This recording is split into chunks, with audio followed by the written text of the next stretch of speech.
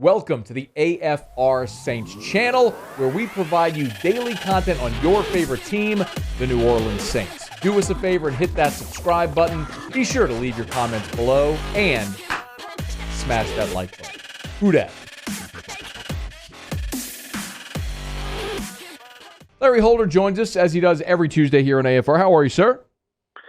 I'm good, Matthew, and I'll bring you some breaking news here on you were asking about the Manning, the broadcast, what the ratings were, and my colleague Richard Deitch is reporting that as 1.89 million viewers for this week's episode. Oh. And the next time they're on the air will be Saints Seahawks in Week 7. And I'll be curious to see how the Mannings critique Jameis Winston. That'll be a fun one to watch. That is a very fair point. So they signed a deal, for those that don't know, for 10 games for the season.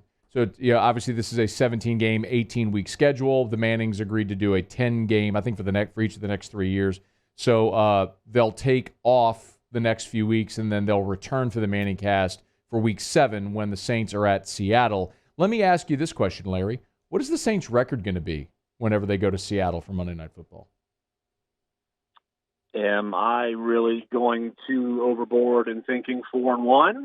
I think that's a possibility. The way that they were able to rebound in New England off the loss to Carolina, I think people would be happy with 4-1. The Giants are beatable. Washington is beatable. You go on the bye, and then you go into Week 7. And look, I know you and me have talked about that scenario for probably a few months, even when the schedule came out. You just didn't assume you'd lose to Carolina and then beat Green Bay. But I think 4-1 is a really good possibility. And if I were going to pick, and you tell me, hey, pick those two games right now, I'd pick the Saints beat the Giants, and I'd pick the Saints to win at Washington. So you wouldn't have picked the Saints to beat Green Bay and lose to Carolina, but I did. Well, look at you. I picked both wrong. And I didn't even bother to make a pick for Saints Patriots this I did. time. I was like, you want to know who I picked? You want to know who I picked? I'm assuming you picked the Saints. Damn Matthew. right. And I have Friday documentation of all of it. I'm 3-0 so far with this team. How you like that? Man, I just hope that you're living your best life. Feeling myself. You got those three right. Feeling myself a little bit. Hey, I saw your column up at The Athletic, and I did like it, kind of about how the Saints are winning with a different formula. Do you feel that this is sustainable over the course of a season? Or is it more that the formula they're implementing right now, Larry, is just out of necessity until they get the full complement of all their weapons? I think Sean Payton is the offensive king of playing to the hand he's been dealt. And he has done this for years and years. You could just look through the last decade. When they had Jimmy Graham, they went through the tight end. When they had three receivers like Michael Thomas and Brandon Cooks and Willie Snead, they were really air Payton.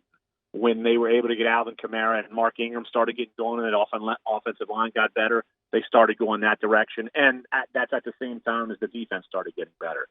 So I'm sure teams are going to look at the Saints and say, all right, we know kind of their game plan right now just because they don't have these explosive weapons in the skill position group other than Alvin Kamara. And so at some point the teams are going to try to take the run and make Jameis Winston beat them. So that's when the Saints are going to have to be able to pivot and try to win in a different route. But look, if the defense is playing well and the offense and the offensive line, if they can grind and pound through teams, then they're going to try to do it. But I'm with you in the sense that I feel like that someone is going to try to take this away, and then the Saints are going to have to win by throwing the football more than 22 times a game. Okay, I'll go a little further, but before we delve deeper into there, I did want to get a thought on Terron Armstead's injury and how they manage it. First of all, if you have an update on what they're thinking of how long he might be out and then how they manage. I don't have an update on that sense, but I do think that the Saints, if they're equipped to be as good of an offensive line if someone goes down as anyone in the NFL, I think you probably plug in James Hurst and he'll play tackle there. But it's the same unfortunate story that Matt, you and I have talked about for I don't know how many years, as long as we've ever known each other, about Terron Armstead and his injury history. And To me, it's just another indication. We're talking later on down the line after the season. Do the Saints want to ink him up for huge, gigantic money, and yet know that he might be banged up at some point? Again, that's a conversation we'll have later on after the season. But I think James Hurst, I think they can be in good shape there, and not miss a major beat. It's not like the Giants are this overwhelming defensive front. Like Washington, even though they got they got run over by the Bills, they were still able to get a lot of pressure on Josh Allen. So that's a good defensive front. But you're just hoping you get him back, say in 3 weeks, and you really have your full, at least the fullest team that you could have, maybe going into Week 7 in Seattle. But I would think that James Hurst would jump in there, and he's a capable veteran guy who I think can be viable. Walk through this scenario, though, because we have seen in the past, Larry, where they've taken Andrus Peat and kicked him out to left tackle. So why not that scenario with Peat at left tackle to protect your quarterback's blind side and maybe Hurst on the inside? Or so? I mean, you do have some options here. You do, and look, we can't discount that. I'm not going to say set in stone. Hurst plays tackle, Peat plays guard. But I just feel like the fact that they have someone like Hurst makes it easier for them to keep Peat at the position he's become more comfortable with. But you're right, that has happened. So let's not be stunned if something like that were to happen. But the fact that we're talking about options and you don't feel completely decimated, like the Eagles just lost their third starting offensive lineman, they're in huge trouble. And they stunk last night. Like the Saints can, in my mind, they can overcome some of these injuries. Look, they're down 2 starting offensive linemen, but I still think that the Saints can still be productive offensively with the guys that they're going to have. Larry Holder, theathletic.com/New Orleans. He's on Twitter at Larry Holder. Good enough to join us here on Tuesdays. I wish I could give attribution to this because I don't know who asked, but somebody asked it on Twitter, and it was a really good question because it gave me pause. It was like, if you could have any of these players back immediately, which would you want? And they listed Michael Thomas and Eric McCoy and Will Lutz and Terron Armstead and Quan Alexander and Marcus Davenport. And I'm like, it should be easy, but it's not. So if I posed you that question, who would you want back immediately? Maybe a better way to ask it is, who are they most missing among that group? Well, who most missing? Probably Michael Thomas, just because defenses have to pay attention to him. But I'll just throw a name out there that it's just another name because they're missing so many guys. Look, David Onyemata. Yeah. That defensive front would be really good if you could have last year's version of David Onyemata playing now. It would make that defensive front even more stout. I know Quan Alexander has been missed, but it's not like they missed him a ton on Sunday. That's kudos to, say, Pete Werner and Caden Ellis for playing pretty well. And, it's something that I really think Onyemata would be a difference maker at defensive tackle. I feel like that the Saints have gotten some decent production without Davenport.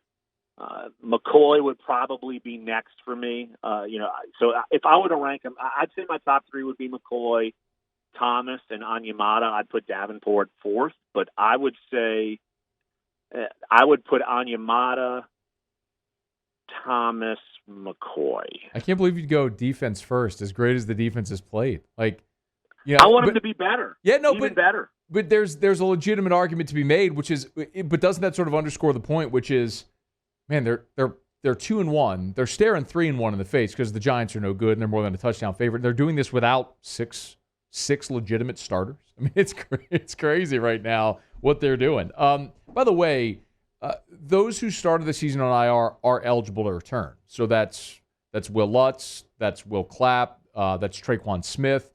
Any idea where those guys stand and who might actually be available this week?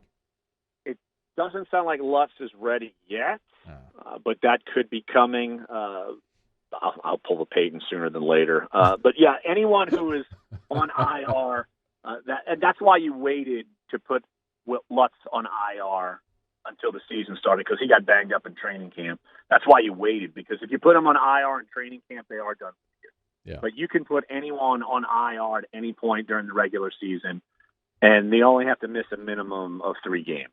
They can miss 4, they can miss 8, 12, 15, and then come back in the postseason. But so, yeah, that's actually – and it's not limited to just one person designated to return or 2. They've opened that thing up, which they should have done a long, long time ago given the attrition in the league.